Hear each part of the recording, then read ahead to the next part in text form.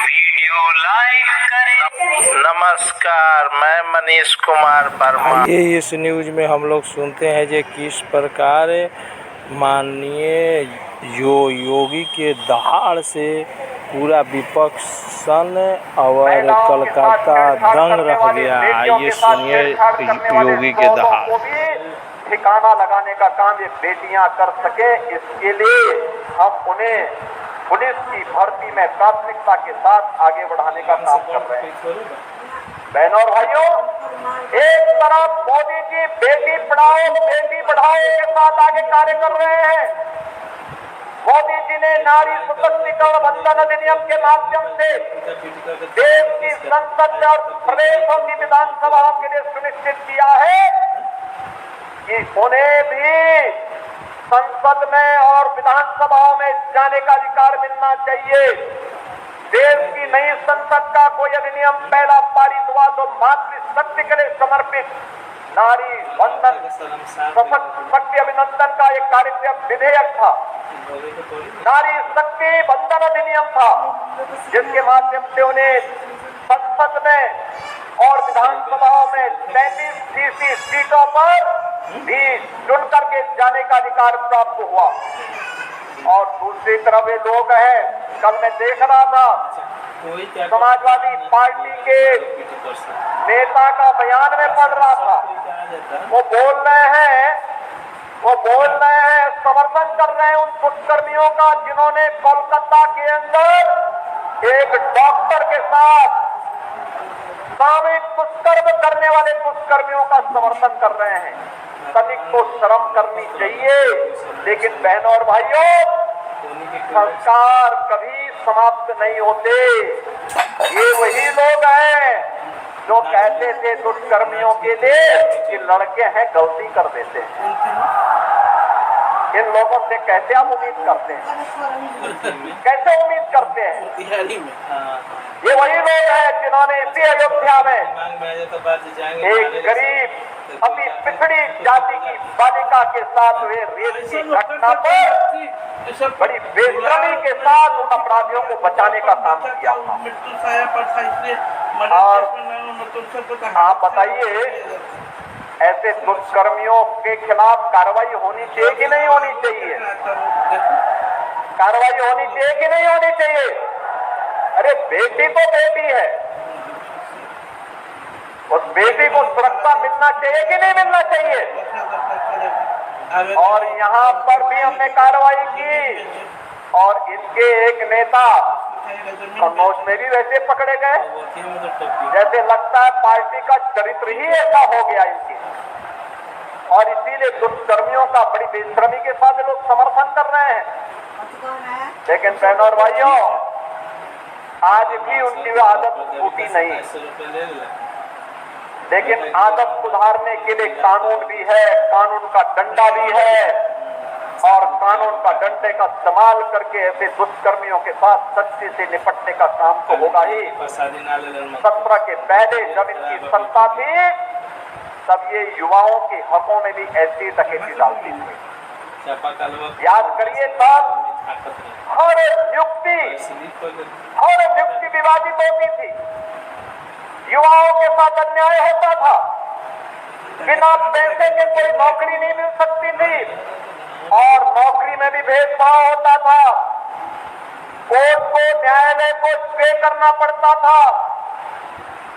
आज मैं कह सकता हूं हमने 6.5 लाख नौजवानों को नौकरी दी, लेकिन इसकी शुचिता और पारदर्शिता पर कोई प्रश्न नहीं खड़ा कर सकता है। पूरी ईमानदारी के साथ उत्तर प्रदेश के नौजवानों को नौकरी दी है और आगे भी हम इस बात को कहेंगे कि चिंता मत करिए, डबल इंजन की भाजपा सरकार है, युवाओं के साथ कोई अन्याय नहीं कर पाएगा। अगर किसी ने युवाओं के जीवन के साथ खिलवाड़ किया तो उस व्यक्ति का हम पूरी प्रॉपर्टी को जब्त करके गरीबों के लिए आवाज बनाने का काम करेंगे। भ्रष्टाचारी हो या युवाओं के भविष्य के साथ खिलवाड़ करने वाला व्यक्ति, बेटी और व्यापारी की सुरक्षा के साथ सेंध लगाने वाला कोई दुष्कर्मी, किसी ने भी अगर उत्तर प्रदेश को अराजकता का अड्डा बनाने का फिर से प्रयास किया तो उसकी कीमत उसको चुकानी पड़ेगी। और इसीलिए आज मैं आपके पास आया हूं कहने के लिए, प्रदेश सरकार एक तरफ इन भर्तियों के साथ आपके लिए आई है, नौकरियां देने की तैयारी कर रही है, नए नए तरीके अपना रही है, रोजगार सृजन की नई संभावना को आगे बढ़ा रही है, कौशल विकास के लिए प्रधानमंत्री जी के विजन को जमीनी धरातल पर उतारने का काम कर रही है।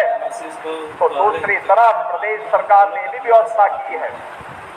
हमने तय किया है, एक नई योजना हम लेकर के आए हैं और मैं यहाँ पे जो नौजवान है उनसे भी कहूंगा कि प्रदेश सरकार मुख्यमंत्री युवा उद्यमी योजना लेकर के आगे आ रही है। 10 लाख MSME यूनिट हम लगाने के लिए एक बड़ी कार्य योजना आगे बढ़ा रहे हैं और जो भी युवा इसके साथ जुड़ना चाहेगा उसका प्रशिक्षण करवाने के साथ ही 5 लाख रुपए पहले चरण में ब्याज मुक्त ऋण उसको उपलब्ध करवाने का काम सरकार करेगी। ब्याज मुक्त, कोई इंटरेस्ट नहीं, डिजिटल पेमेंट के साथ हम उसको जोड़ेंगे। कैसे व्यवसाय होना है, 10 लाख MSME यूनिट लगेगी और 10 लाख MSME यूनिट लगने के साथ ही 50 लाख नौजवानों को सीधे सीधे नौकरी और रोजगार की गारंटी इसके माध्यम से होगी। यह योजना भी प्रदेश के अंदर हम तेजी के साथ आगे बढ़ाने जा रहे हैं। जो युवा स्नातक कर रहे हैं, बड़ा स्नातक कर रहे हैं, ITI कर रहे हैं, पॉलिटेक्निक कर रहे हैं, इंजीनियरिंग कर रहे हैं, इन सबसे मैं कहूंगा कि हर स्नातक के लिए, डिप्लोमा धारी के लिए, सर्टिफिकेट कोर्स के लिए, डिग्री धारी के लिए आवश्यक होता है कि फाइनल ईयर में वह अप्रेंटिसशिप की स्कीम के साथ जुड़े या अपना कोई प्रोजेक्ट सबमिट करें। हमने तय किया है ऐसे युवाओं को हम लोग इंडोल करेंगे। इंडोल करने के साथ उसको कहेंगे कि तुम्हें इस विषय पर अपना प्रोजेक्ट वर्क पूरा करना है और प्रोजेक्ट वर्क पूरा करते समय उस युवाओं के रजिस्ट्रेशन के साथ हम उसकी स्टडी रिपोर्ट अपने आप प्राप्त करेंगे और उसको एक निश्चित मानदेय के साथ उस इकाई के साथ जोड़ने का काम करेंगे, जिसमें आधा मानदेय इकाई देगी और आधा सरकार उसे उपलब्ध करवाएगी। तो वह जब पढ़ाई करने के अंतिम वर्ष में जाएगा, अंतिम वर्ष में जाने के बाद फिर वह अपने पैरों पर आत्मनिर्भर हो जाएगा, अपने माँ बाप पर तब आश्रित नहीं रहेगा। और बहनों और भाइयों, इस स्कीम का भी लाभ लेने की आवश्यकता है। सरकार ने किसी भी प्रतियोगी परीक्षा की तैयारी के लिए, वह नीट की परीक्षा हो, IIT JEE की हो, NDA और CDS की हो, बैंक के PO की हो या किसी भी अन्य विभाग में नौकरी प्राप्त करने के लिए हर जनपद में हमने अभ्युदय कोचिंग की व्यवस्था प्रारंभ की है। अभ्युदय कोचिंग वर्चुअली भी और फिजिकली भी आपको गाइडेंस करने का एक माध्यम बन रही है। और मैं युवाओं से कहूंगा, आप लोगों को उससे जुड़ना चाहिए। आज जितनी भी नौकरियां निकल रही हैं, नौकरियों में मैं देख रहा हूं अभ्युदय कोचिंग से जिन छात्रों ने गाइडेंस ली है उन छात्रों का प्रतिशत काफी बढ़ा है। काफी नौजवानों ने उसके माध्यम से नौकरियां प्राप्त की हैं। एक उज्जवल भविष्य की ओर आगे बढ़े हैं और उसी उज्जवल भविष्य के साथ जोड़ने के लिए आज मुझे इस मिल्कीपुर क्षेत्र में आपके बीच में, इस कुमारगंज में आपके बीच में आना पड़ा है। हम चाहते हैं अयोध्या आज बदल रही है, दुनिया अयोध्या की तरफ आकर्षित हो रही है। और अपना ज्ञान बढ़ाने के लिए MSJP न्यूज एक बार अवश्य देखे, अपना राय कमेंट बॉक्स पर अवश्य भेजे। जय हिंद, भारत माता की जय।